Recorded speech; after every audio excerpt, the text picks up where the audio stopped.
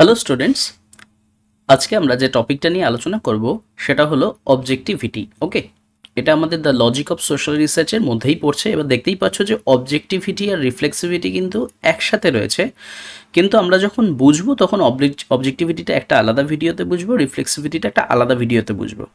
কেন আলাদা বুঝবো বা একসাথে কেন দিয়েছে, আলাদাও তো দিতে পারতো। এটা তো ওপরে অবজেক্টিভিটি, নিচে 1.6 এর রিফ্লেক্সিভিটিও তো দিতে পারতো। যে কেন তাহলে একসাথে দিয়েছে, তাহলে নিশ্চয়ই তার কোনো কারণ আছে। সেই কারণটাও আমরা বুঝে যাব যখন আমাদের এটা পড়া হয়ে যাবে। ওকে, তাহলে চলো শুরু করা যাক। অবজেক্টিভিটি ফার্স্টে তো আমাদের বুঝতে হবে যে এই অবজেক্টিভিটি জিনিসটা কি। ঠিক আছে, এবার অবজেক্টিভিটি জিনিসটা কি যদি আমরা বোঝার চেষ্টা করি, তাহলে আমাদের এই অবজেক্টিভিটি আর সাবজেক্টিভিটির একটা পার্থক্য বুঝতে হবে। তাহলে সাবজেক্টিভিটি কি বলছে, আমি তোমাদের একটা বা দুটো সহজ এক্সাম্পল দিয়ে একটু বোঝানোর চেষ্টা করি। সেটা হচ্ছে যে ধরো তোমাকে যদি জিজ্ঞাসা করা হয় যে তোমার ফেভারিট অথর কে, ঠিক আছে, এবার তোমার ফেভারিট অথর XYZ যে কেউ হতে পারে, ঠিক আছে। বা আমি যদি জিজ্ঞাসা করি যে তোমার ফেভারিট অভিনেতাকে, বা যদি জিজ্ঞাসা করি তোমার ফেভারিট গায়ক বা গায়িকাকে, XYZ যে কেউ হতে পারে।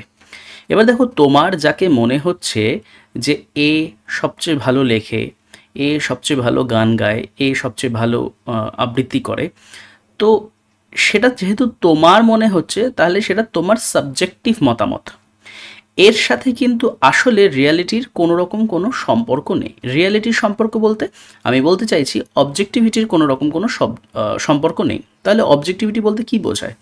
ধরো আমি ধরে নিই যে সবচেয়ে ভালো মানে সাহিত্যিক কে ছিলেন।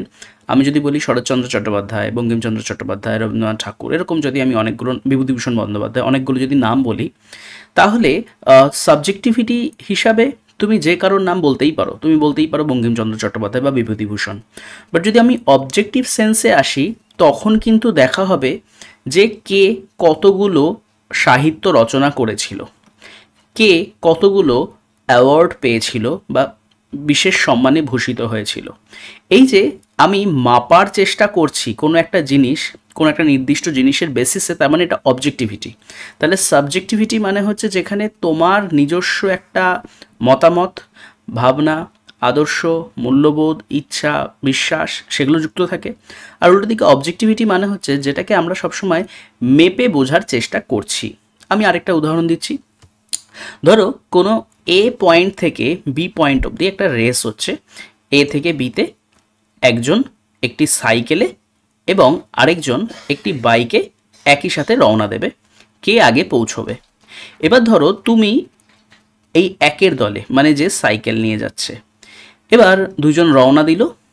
অবশ্যই এই বি এরিয়াতে যে বাইক নিয়ে যাচ্ছে সে আগে পৌঁছে যাবে, যে সাইকেল নিয়ে যাচ্ছে সে পরে পৌঁছবে, কারণ এটা মোটর বাইক, ঠিক আছে।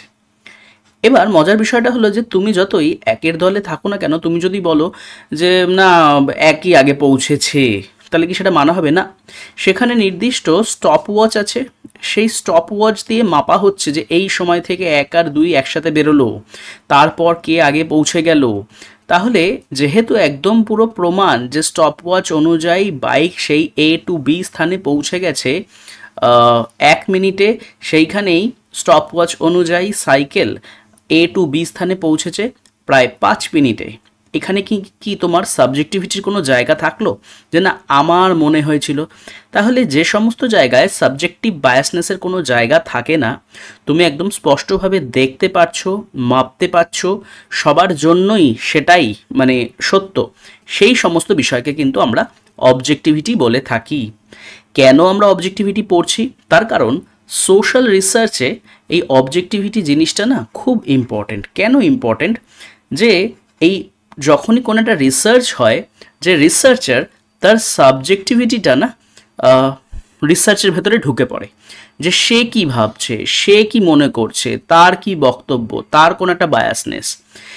ঠিক সেই কারণেই রিসার্চে অবজেক্টিভিটিটা এমপ্লয় করা খুব চ্যালেঞ্জিং একটা বিষয়। এবং যদি ঠিকভাবে অবজেক্টিভিটি এমপ্লয় করা না যায়, তাহলে সেই রিসার্চ কিন্তু একদম আমরা যেটাকে আমরা বলি যে একটা সাকসেসফুল রিসার্চ, সেটা কিন্তু হয়ে ওঠে না। তো তাহলে আশা করি বুঝতেই পারছো যে আমরা এই অবজেক্টিভিটিটা কেন পড়ছি, এটার পড়ার মূল উদ্দেশ্য কী। আরও কিছু কথা মানে আমি যেগুলো বললাম সেগুলোই এবার ঘুরে ফিরে আসবে অন্যান্য প্রসঙ্গে। চলো একটু দেখে নিই। Objectivity is the most cherished value of a scientific research. The essence of objectivity is to make a given research free from researcher biases. আমি যে কথাগুলো বলেছি তার বাইরে যদি কোনো আমি কথা পাই আমি অবশ্যই তাহলে তোমাদেরকে সেটা বলে দিচ্ছি। The bias can be caused by a variety of reasons, and not all reasons are always controllable by the researcher. This is true especially when the subject matter of study is human being. আমরা যখন একটা মানুষের অন্য একটা মানুষের উপর study করছি বা আমি কোনো একটা নির্দিষ্ট বিষয়ের উপর স্টাডি করছি, তাহলে কি কারণে আমি বায়াসড হয়ে যাব সেই কারণগুলো কিন্তু কন্ট্রোলেবল হয় না। যে হ্যাঁ আমি জানি এই দিকগুলো আমি বায়াসড আছি, না আমি বায়াসড হব না, এতটা কিন্তু সহজ হয় না। সেই কারণে কিন্তু বায়াসনেস চলে আসে। For instance, we cannot check a theory on effect of riots over group decision making by creating riots. Naturally, we are bound to study riots only after they are happened.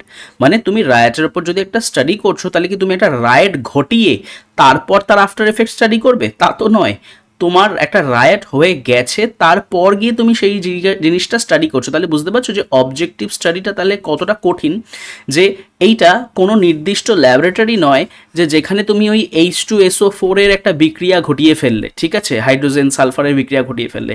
এইখানে কোনো একটা জিনিস হচ্ছে, তারপর সেটা কিভাবে হয়েছে, কেন হয়েছে, কি কারণে হয়েছে, কোন সম্প্রদায় যুক্ত ছিল, সেইগুলো তুমি স্টাডি করছো। তার মানে কোনো কিছুই কিন্তু কন্ট্রোলেবল নয়, তারপরে গিয়ে তুমি স্টাডি করছো। ওকে, তো সেই কারণেই এইটা মাপা আরও বেশি কঠিন হয়ে যায়। কারণ যে সময় এই জিনিসটা হয়েছিল তো তখন তো কোনো উপযুক্ত প্রমাণ, সিসিটিভি রেকর্ড কেউ তো আর নথিভুক্ত করে যায় না যে আমি এখন রাইট করতে যাচ্ছি। তো সেই কারণেই কিন্তু অবজেক্টিভিটি মেনটেন করা কঠিন হয়ে পড়ে। তখন কিন্তু আমাদের সাবজেক্টিভ বায়াসনেস চলে আসে যে এই সম্প্রদায়টাই এটা করেছে, ওই সম্প্রদায়টাই এটা করেছে। ওকে, consequently, the cause-effect relationship is adulterated by extraneous variables. This makes the results of research not free from biases. আমরা রিসার্চে জানি রিসার্চ কিন্তু সবসময় ওই একটা কজ এফেক্ট রিলেশনশিপে চলে।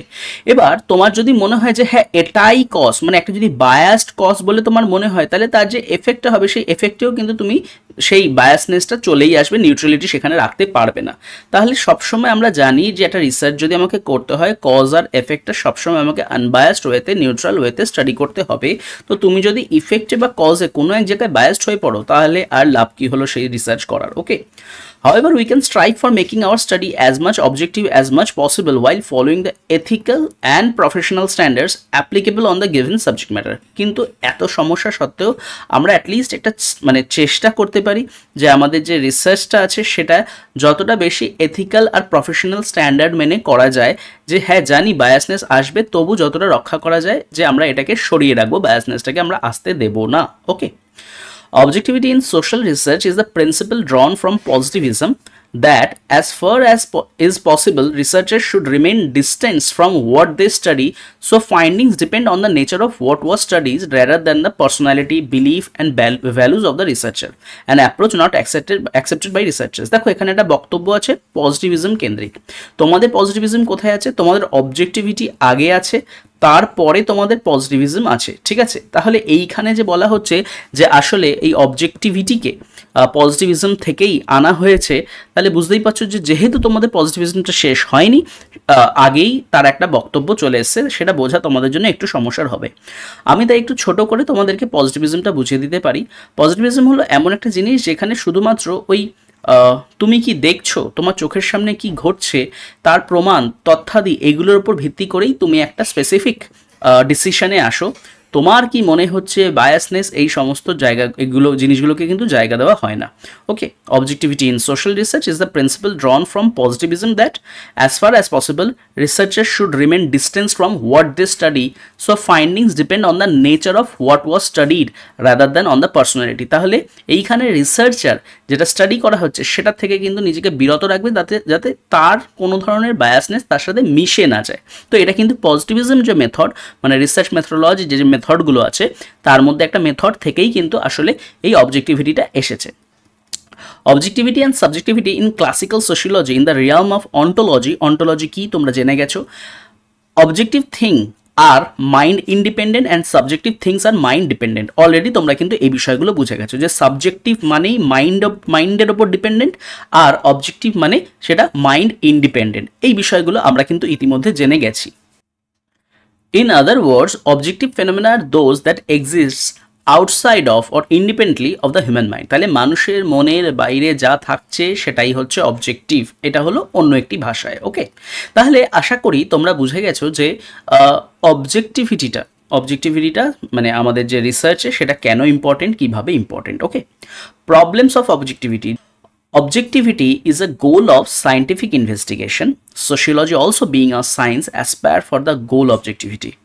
Objectivity is a frame of mind so that personal prejudices, preferences, or predictions of the social scientists do not contaminate the collection of analysis of data. The scientific investigation should be free from prejudices of race, color, religion, sex, or ideological biases. যে কোনো scientific ইনভেস্টিগেশনের গোলই হলো objectivity, ঠিক আছে, এই বিষয়টা অমান্য করার কোনো জায়গা নেই। সোশিওলজিও সবসময় চেষ্টা করে এই যেহেতু সে একটা সায়েন্স, এই যে গোলটা আছে অবজেক্টিভিটির যে গোলটা সেটাকে অ্যাসপায়ার করার চেষ্টা করে। ওকে, অবজেক্টিভিটিটা যদি থাকে আমাদের, তাহলে আমাদের মনের যে প্রেজুডিস আছে, প্রেফারেন্স আছে, প্রেডিকশন আছে, এগুলোকে আমরা দূরে সরিয়ে রেখে একটা ডেটার অ্যানালিসিস করতে পারি। এগুলো যদি আসে রিসার্চে তাহলে কিন্তু রিসার্চটা কন্টামিনেট হয়ে যাবে। এগুলো কিন্তু সব খুব প্র্যাকটিক্যাল এক একটা কথা।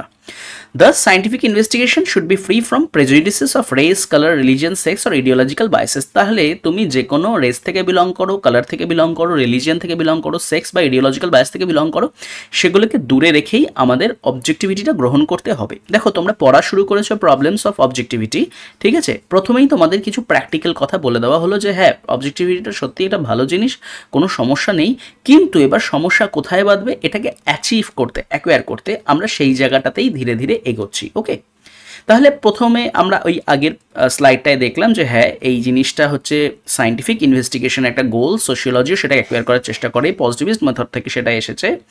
The need of objectivity in sociological research has been emphasised by all important sociologist. কোন কোন সোশিওলজিস্ট বেসিক্যালি এই অবজেক্টিভিটির ওপর জোর দিয়েছেন? তার মধ্যে হচ্ছে ডুরখেইম আছেন, ম্যাক্স ওয়েবার আছেন, র্যাডক্লিফ ব্রাউন আছেন, ম্যালিনস্কি আছেন। এনাদের যে স্টাডিগুলো ছিল সেই স্টাডিগুলোতে সবসময় চেষ্টা করেছেন এমনভাবে অবজেক্টিভিটিটাকে প্লেস করবে যাতে মানুষের মধ্যে যে বায়াসনেসগুলো রয়েছে সেগুলো যাতে তারা কাটাতে পারে। হ্যাঁ, এবার বলে রাখি যে এনাদের যে স্টাডি তার মধ্যে কি কোনো রকম কোনো ভুল ত্রুটি ছিল না? অবশ্যই ছিল।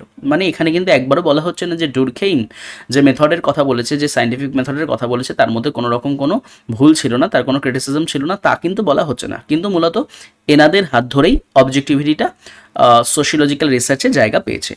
For example, Durkheim in the rules of the sociological method stated that social facts must be treated as things and all preconceived notions about social facts must be abandoned.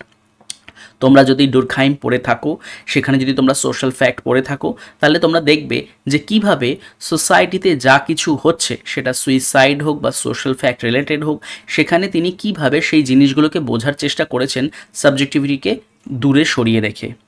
Max Weber emphasise the need of objectivity when he said that sociology must be value free. এই value free সোশিওলজির কথা যখন উনি বলছেন, উনিও কিন্তু আসলে অবজেক্টিভিটির কথাই বলছিলেন।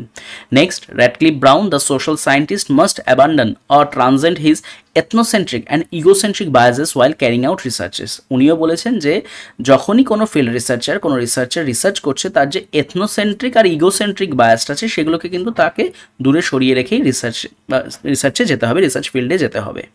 Similarly, Malinowski advocated cultural relativism while anthropological field work in order to ensure objectivity. আমি বলবো তোমরা একবার এই কালচারাল রিলেটিভিজম এই টার্মটা একবার একটু গুগল করে নিও, মানে বা অক্সফোর্ড যদি ডিকশনারি থেকে থাকে, সোশিওলজি অক্সফোর্ড ডিকশনারি একবার দেখে নিও, তোমরা কিন্তু সেখানে অনেক বেশি ডেটা পাবে আমি এখন বলে যতটুকু বোঝাবো তার থেকেও। কোনো একটি কালচারে কোনো একটা জিনিস হচ্ছে বলেই, আমার কালচারে সেটা হয় না বলেই আমি সেটাকে খারাপ বলছি, বাজে চোখে দেখছি, ভুল বলছি, এই সমস্যাটা কিন্তু অনেক রিসার্চারের মধ্যেই থেকে যায়। তো আমাদেরকে কিন্তু সেই কালচারাল রিলেটিভিজম যেটা আছে সেটার কথা মাথায় রেখেই কোনো একটা রিসার্চে যেতে হবে অ্যাকর্ডিং টু ম্যালিনস্কি, তবেই কিন্তু আমরা স্পেসিফিক অবজেক্টিভিটিগুলো গেইন করতে পারবো। তাহলে আমরা এই স্লাইডে দেখলাম যে হ্যাঁ অবজেক্টিভিটিটা বিভিন্ন যে সমস্ত সোশিওলজিস্ট যাদের হাত ধরে সোশিওলজিক্যাল রিসার্চে এটা জায়গা পেয়েছে। ওকে, However, objectivity continues to be an elusive goal at the practical level. এইবার এইগুলো তো গেল হচ্ছে বিভিন্ন মানে তত্ত্ব কথা, যে ঠিক আছে যে থিওরিটিক্যাল বিভিন্ন জিনিসপত্র যে এইভাবে করতে হবে ওইভাবে করতে হবে, কিন্তু যখন আমরা এটাকে প্র্যাকটিক্যাল লেভেলে দেখতে চাইছি, করতে চাইছি, মাপতে চাইছি, তখনই কিন্তু এই অবজেক্টিভিটির সমস্যাটা সামনে আসে। In fact, one school of thought represented by Gunnar Myrdal states that total objectivity is an illusion which can never be achieved because all research is guided by certain viewpoints and viewpoints involve subjectivity. গুন্নার মার্ডেল সে একটা নির্দিষ্ট school থেকে belong করতেন। এখানে কিন্তু school মানে তোমরা তোমাদের সেই বিদ্যালয় ভেবো না, এখানে স্কুল বলতে নির্দিষ্ট যে থিঙ্কিংয়ের যে নির্দিষ্ট ঘরানা ছিল সেটাকে বলা হচ্ছে, যে যেখানে মানুষ একটা নির্দিষ্ট ইউনিভার্সিটির আন্ডারে কোনো একটা ডিপার্টমেন্ট হতে পারে, একটা ডিসিপ্লিনে কে নিয়ে সেখানে চিন্তা করা হয়, সেখানে ডিবেট করা হয়, জিনিসগুলোকে নিয়ে লেখা হয়, রিসার্চ হয়, থিওরি হয়, নিজেদের মধ্যে আলোচনা হয়, এগুলোকে আমরা সাধারণত স্কুল বলে থাকি। তো একটা নির্দিষ্ট স্কুল ছিল, সবচেয়ে বড় এক্সাম্পল হলো শিকাগো স্কুল। ওকে, তো একটা নির্দিষ্ট স্কুল ছিল যারা কিন্তু টোটালি বলে দিয়েছিল যে 100% অবজেক্টিভিটি পাওয়াটা একটা মানে ইলিউশন, এটা কোনোদিনও সম্ভব না। কারণ তুমি যে বিষয়টা নিয়ে গবেষণা করতে যাচ্ছ, আমি তোমাকে জিজ্ঞাসা করলাম তুমি কোন বিষয়ের উপর গবেষণা করতে চাইছো, তুমি যে একটা নাম বললে, তো এই নামের পেছনেও তো একটা চিন্তা ভাবনা ধারণা রয়েছে। তো তুমি ভেবে বলছো মানেই তো সেটা সাবজেক্টিভ। কোনো রিসার্চ টপিক তো আকাশ থেকে উড়ে এসে পড়ে না, যে আমি এটার উপর রিসার্চ করছি কারণ এটা আকাশ থেকে উড়ে এসছে। তুমি নিজে যেখানে ভাবছো তো সেখানে তো সাবজেক্টিভিটি চলেই আসছে, তো সেই জায়গাটাতে আমরা অবজেক্টিভিটিটা বাদ দেবো কী করে? তো এই কারণেই কিন্তু উনি বলেছিলেন যে 100% অবজেক্টিভিটি কিন্তু কোনো সময় সম্ভব না। Myrdal suggested that the basic view points should be made clear. Further he felt that subjectivity creeps in at various stages in the course of sociological research. Merton, আরেকটা নাম পেলাম মেরিডেলের সাথে, Merton believes that the very choice of topic is influenced by personal preferences and ideological biases of the researcher. মার্টনও কিন্তু একই কথা বলছেন, একদম একই, মানে মেরিডেল যেটা বলেছিলেন সেইভাবেই কিন্তু উনি বলছেন যে আমি কিভাবে রিসার্চটার যে মানে টপিকটা সেটা সিলেক্ট করছি সেটা কিন্তু আমার পার্সোনাল প্রেফারেন্স থেকে আসছে, আমার ইডিওলজিক্যাল বেসিস থেকে বায়াসেস থেকে আসছে, এটা কিন্তু আকাশ থেকে পড়ছে না। Subjectivity can also creep in at the time of formulation of hypothesis. তাহলে আমরা কখন সাবজেক্টিভিটিকে আলাদা রাখবো, কখন সাবজেক্টিভিটি মিশে যাচ্ছে, এইগুলো কিন্তু কোনোটাই আসলে তাহলে রিসার্চারের হাতে থাকছে না। রিসার্চার মনে করছে যে না আমি অবজেক্টিভ, কিন্তু সে যখন রিসার্চ টপিক সিলেক্ট করছে বা ডেটা কালেক্ট করছে বা হচ্ছে হাইপোথেসিস ফর্মুলেট করছে, সব জায়গাতেই কিন্তু সাবজেক্টিভিটি চলে আসছেই। তুমি হাইপোথেসিস বানাচ্ছ, সেখানে তোমার সাবজেক্টিভিটি আসছে, কোনো না কোনো জায়গায় কোনো না কোনো স্টেজে তো আসবেই। Normally, hypotheses are deduced from existing body of theory. All sociological theories are produced by and limited to particular groups whose viewpoints and interests they represent. Thus, formulation of hypothesis will automatically introduce a bias in the sociological research. তোমাদের আমি already হাইপোথেসিসের video দিয়েছি, provide করা আছে, play লিস্টে দেখে নিও। সেখানে কিন্তু তোমরা হাইপোথেসিসটা দেখলেই বুঝে যাবে হাইপোথেসিসটা রিসার্চারের মন থেকে আসছে, যে আমার এইগুলো মনে হচ্ছে। তো সেক্ষেত্রে অন্য কোনো জায়গায় না আসলেও হাইপোথেসিসে তো কনফার্ম সাবজেক্টিভ বিষয়গুলো চলে আসছেই, তাহলে তুমি কিভাবে সাবজেক্টিভ বায়াসনেসটা ইগনোর করবে? ওকে, the third stage at which subjectivity creeps in the course of research is that collection of empirical data. তাহলে আমরা একটা দেখলাম মানে ফার্স্ট স্টেজ যদি দেখি, আমরা যদি ফার্স্ট স্টেজ দেখি, ফার্স্ট স্টেজ মানে হচ্ছে যেখানে আমি একটা রিসার্চ টপিক সিলেক্ট করছি, সেখানে আমার সাবজেক্টিভিটি মিশছে।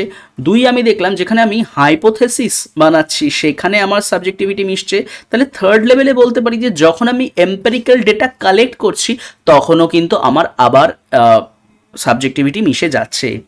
No technique of data collection is perfect. কোনো ডেটা কালেকশনের টেকনিকই যেহেতু পারফেক্ট নয়, তাই সেটা অবজেক্টিভ ওয়েতে ডেটাটাকে তুলে আনবে এরকম সম্ভব নয়। মানে ধরো তোমাকে বলছি যে তুমি 1 কিলো চাল আনতে গেলে তুমি 1 কিলো চালই কিন্তু আনছো, কিন্তু তুমি কোনো মনের মানে কোনো একজন মানুষের মনের অবস্থা বুঝতে যাচ্ছ যে how much he or she is happy, psychological effect তার উপর কী পড়েছে ডিউ টু করোনা বা প্যান্ডেমিক, তুমি কি একদম 100% অবজেক্টিভ ওয়েতে সেটাকে মেপে আনতে পারছো না। এইখানেই তো সমস্যা, যে টেকনিক অফ ডেটা কালেকশন কিন্তু সবসময় সমস্যার। Each technique may lead to subjectivity in one way or the other. তুমি কোনো না কোনোভাবেই কোনো না কোনো টেকনিক দ্বারা সেই সাবজেক্টিভ বায়াসনেসে ঢুকে পড়ছোই। In case of participant observation, the observer as a result of nativization acquires a bias in favor of the group he is studying. অনেকে যারা এথনোগ্রাফার্স হয় তারা পার্টিসিপেন্ট অবজারভেশনকে ভীষণভাবে পছন্দ করে। এই পার্টিসিপেন্ট অবজারভেশন বা অবজারভেশনের উপর ভিডিও আমার অলরেডি প্রোভাইড করা আছে, সেই ভিডিওটা যদি দেখো তাহলে পার্টিসিপেন্ট অবজারভেশনের ডিটেলটা তোমরা বুঝে যাবে। এখানে যেটা বলা হচ্ছে যে তারা ভাবে যে আমি ওখানে গিয়ে থেকে দেখি তাহলে আমি অবজেক্টিভভাবে ডেটাটাকে স্টাডি করতে পারবো, কিন্তু সমস্যা হচ্ছে যে সে সেখানে থাকতে থাকতে তার সেই জায়গাটার প্রতি একটা ভালো লাগা চলে আসে, একটা বায়াসনেস চলে আসে, যে সে তখন নিজেই সেই জায়গাটার বিষয়ে হয় খুব খারাপ বা খুব ভালো বলা শুরু করে দেয়। তাহলে তুমি সাবজেক্টিভিটিটাকে সরাচ্ছ কি করে? While in non-participant observation of the sociologist belong to a different group than that under study, he is likely to impose his values and prejudices. হ্যাঁ, এবার যদি পার্টিসিপেন্ট অবজারভেশন হয় তাহলেও তোমার বায়াসনেস চলে আসছে যে না এটা ভালো, এটা খুব ভালো, এরা ভালো, এদের এই কালচারটা ভালো। আর যদি নন পার্টিসিপেন্ট অবজারভেশন হয় তাও তোমার কোনো না কোনো স্পেসিফিক ভ্যালু বা প্রেজুডিস চলে আসছেই। তাহলে তুমি সরাচ্ছ কি করে? সরানোটা কিন্তু খুব সমস্যার হয়ে যাচ্ছে। ওকে, in all societies there are certain prejudices which affect the research studies. এবার দেখো প্রত্যেকটা সোসাইটির মধ্যেই তো প্রেজুডিস লুকিয়ে আছে এবং সেই প্রেজুডিসটা রিসার্চ স্টাডিটাকেও কিন্তু এফেক্ট ফেলে। দেখো অ্যাফেক্ট লেখা রয়েছে, নট ইফেক্ট, ঠিক আছে? ক্ষতি করছে। সমাজের মধ্যেই যদি সাবজেক্টিভ প্রেজুডিস থাকে, আমি যদি সেটাকে স্টাডি করতে যাই তাহলে সেই সাবজেক্টিভ প্রেজুডিসটা তো আমার রিসার্চটাকেও এফেক্ট করবে, এটা তো খুবই স্বাভাবিক। তাহলে আমি অবজেক্টিভ ওয়েতে ডেটাটা তুলবো কি করে? In case of interview as a technique the data may be influenced by context of the interview, the interaction of the participants definition of the situation, and if adequate rapport does not extend between them there might be communication barriers. তো এইখানে বলা হচ্ছে interview প্রসেসের কথা, ঠিক আছে? যে তুমি একটা ফিল্ডে যাচ্ছ, সেখানে গিয়ে তুমি ইন্টারভিউ প্রসেস কন্ডাক্ট করছো, সেইখানে ইন্টারভিউ প্রসেসটা যদি তোমাদের পড়ানো হয়ে থাকে তাহলে দেখে নিতে পারো যে কীভাবে সেখানে একটা ভালো র্যাপো তৈরি করা, কমিউনিকেশন গ্যাপ যাতে না থাকে, তাকে বিষয়টা বোঝানো তুমি কোন বিষয়ের উপর স্টাডি করছো এগুলো কতটা গুরুত্বপূর্ণ। তাহলে সেটা যদি না হয় তাহলে কিন্তু একটা গ্যাপ চলে আসবেই, সেখানে কিন্তু সাবজেক্টিভ কিছু বায়াসনেস আসতে বাধ্য। Thus, according to P.V. Young, interview sometimes carries a subjectivity. Finally, it can also affect the field limitation as reported by Andhra Bete's study by Sripuram village in Tanjore, where the Brahmins did not allow him to visit the untouchable locality and ask their point of view. ভাবো কি মারাত্মক বিষয়।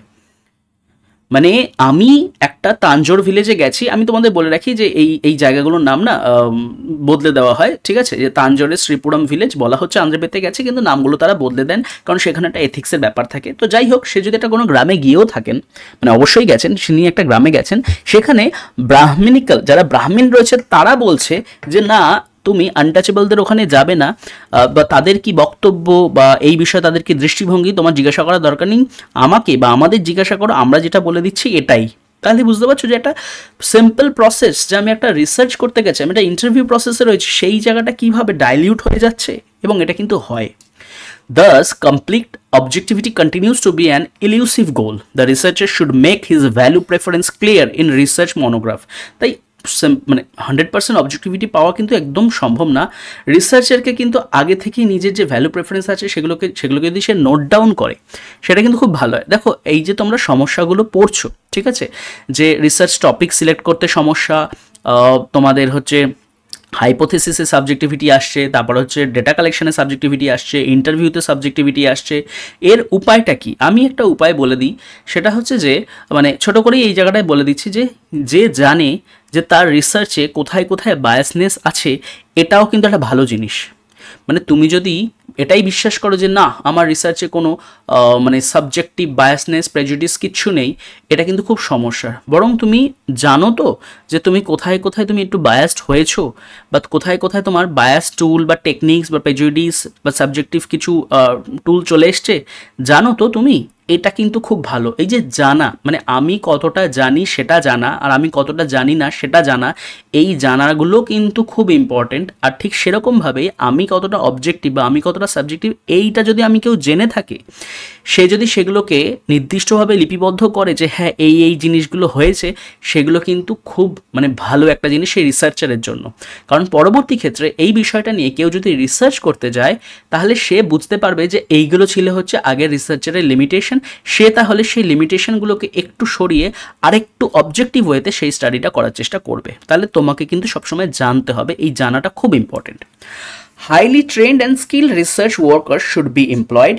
various method of data collection research should be used and the result obtained from one should be cross checked with those from the other। তাহলে এটা আমার হয়ে গেল একটা বেশ ভালো উপায় যে কাদের আমি এমপ্লয় করছি, যারা কিনা হাইলি স্কিল্ড রিসার্চ ওয়ার্কার, তাছাড়া আমি অনেকগুলো মেথড ইউজ করছি, তাছাড়া আমি সেটাকে চেক করিয়ে নিচ্ছি, ক্রস চেক করিয়ে নিচ্ছি যে যদি কোনো রকম কোনো বায়াসনেস থেকে থাকে সেগুলো যাতে কেটে যায়। Field limitation must be clearly stated in the research monograph. যে ফিল্ডে আমার লিমিটেশন কি আছে, যেটা আমি একটু আগেই তোমাদেরকে জাস্ট বোঝালাম, ফিল্ড লিমিটেশন বলতে কিন্তু এটাই বোঝায়। Social science lakhs objectivity in more than one sense. ঠিক আছে, মানে সোশ্যাল সায়েন্সকে যদি আমি স্টাডি করি, মানে ন্যাচারাল সায়েন্সে অবজেক্টিভিটি মেনটেন করা অনেকটা সোজা, মানে সোজা মানে কি বলবো যে এটা 100% তাদের সম্ভব হয়, যে যেখানে কিনা ন্যাচারাল সায়েন্সে অবজেক্টিভিটি মেনটেন হচ্ছে না, এটা হয় না। কিন্তু সোশ্যাল সায়েন্সে অবজেক্টিভিটি মেনটেন করে একটা রিসার্চে মানে থিওরি তৈরি করা, এটা কিন্তু ভীষণ মুশকিলের একটা কাজ। One of the more important debates concerning objectivity in the social sciences concerns the role value judgments play and importantly whether value laden research entails claims about the desirability of actions। তুমি কি করছো না সেটাও তো social সায়েন্সের মধ্যেই পড়ছে, তো সেখানে এই তোমার প্রত্যেকটা অ্যাকশনই যদি ভ্যালু ল্যাডেন থাকে তাহলে তোমার মানে যে কার্যকলাপগুলো সেগুলো উইদাউট সাবজেক্টিভিটি হচ্ছে কী করে, মানে তোমার প্রত্যেকটা অ্যাকশনেই কোনো না কোনো ভ্যালু আছে, তাহলে তুমি এগুলোকে সরিয়ে রাখছো কি করে? ভ্যালু জাজমেন্ট তো তোমার মধ্যেই আছে। Max Weber held that the social sciences are necessarily value laden. Social সায়েন্সের মধ্যে ভ্যালু থাকবেই, কিচ্ছু করার নেই। However, they can achieve some degree of objectivity by keeping out the social researchers' view about whether agents' goal are commendable। তাহলে দেখো, যিনি মানে আমরা তো পড়লাম যে যাদের যাদের হাত ধরে অবজেক্টিভিটি এসছিল সেখানে ডুরখেমের হাত ছিল, তারপরেই ম্যাক্স ওয়েবারের নাম ছিল। তো ম্যাক্স ওয়েবার নিজেই বলছে যে হ্যাঁ, সোশ্যাল সায়েন্সে ভ্যালু থাকবেই, ভ্যালুকে সরিয়ে আমরা ভ্যালু ফ্রি সোশিওলজি আমরা আনতে পারবো না, বাট নির্দিষ্ট ক্ষেত্র আছে সেই জায়গায় কিন্তু আমি অবজেক্টিভিটিটা মানে পরিপূর্ণ করবই, অবজেক্টিভিটিটা আমাকে রাখতেই হবে। In a similar vein contemporary economics can be said to be value laden because it predicts and explains social phenomena on the basis of agents preferences. তো এরকম কিন্তু যতগুলো সোশ্যাল সায়েন্স আমরা পাবো সব জায়গাতেই কিন্তু আমরা সাবজেক্টিভিটি ওনার ভাষায় ভ্যালু পাবো। আমরা তাহলে চেষ্টা করতে পারি যে নির্দিষ্ট কোন কোন জায়গা আছে যেই জায়গাগুলোয় আমি অবজেক্টিভিটি আমাকে অ্যাচিভ করতেই হবে। ওকে, nevertheless economists are adamant that economists are not in the business of telling people what they ought to value. Modern economics is thus said to be objective in the Weberian sense, absence of researchers' value.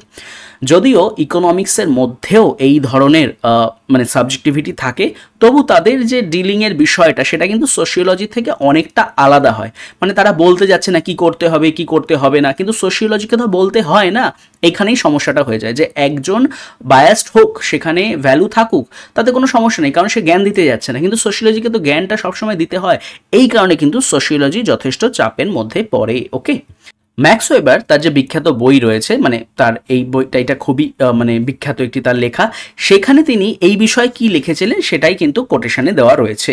আমরা কিন্তু তাহলে আমাদের যে objectivity related যে আলোচনাটা আছে research মেথোডোলজির, এইখানেই শেষ করতে পারি। ওকে, তাহলে আমাদের এই রিসার্চ মেথোডোলজির অবজেক্টিভিটি পোর্শনটা শেষ হয়ে গেল। এবার আমরা নেক্সট ক্লাসে আলোচনা করব অ্যাবাউট রিফ্লেক্সিভিটি। দেখো, একটা কথা তোমাদের মনে করিয়ে দিই, এই অবজেক্টিভিটি পড়তে পড়তেই কিন্তু আমরা সাবজেক্টিভিটিটা অলরেডি বুঝে গেছি, যে সাবজেক্টিভিটি ঠিক উল্টো অবজেক্টিভিটি, সেটা সায়েন্সের কি সিগনিফিকেন্স, সেটা কিভাবে রয়েছে, কিভাবে অ্যাচিভ করতে হবে, কোথায় কোথায় অবজেক্টিভিটি চলে এসছে, কে কি বলেছিল, কোথায় সমস্যা, সব আমরা জেনে গেছি। এবার নেক্সট হচ্ছে আমাদের রিফ্লেক্সিভিটি। ওকে, তাহলে চলো দেখা হচ্ছে আমাদের পরের ক্লাসে।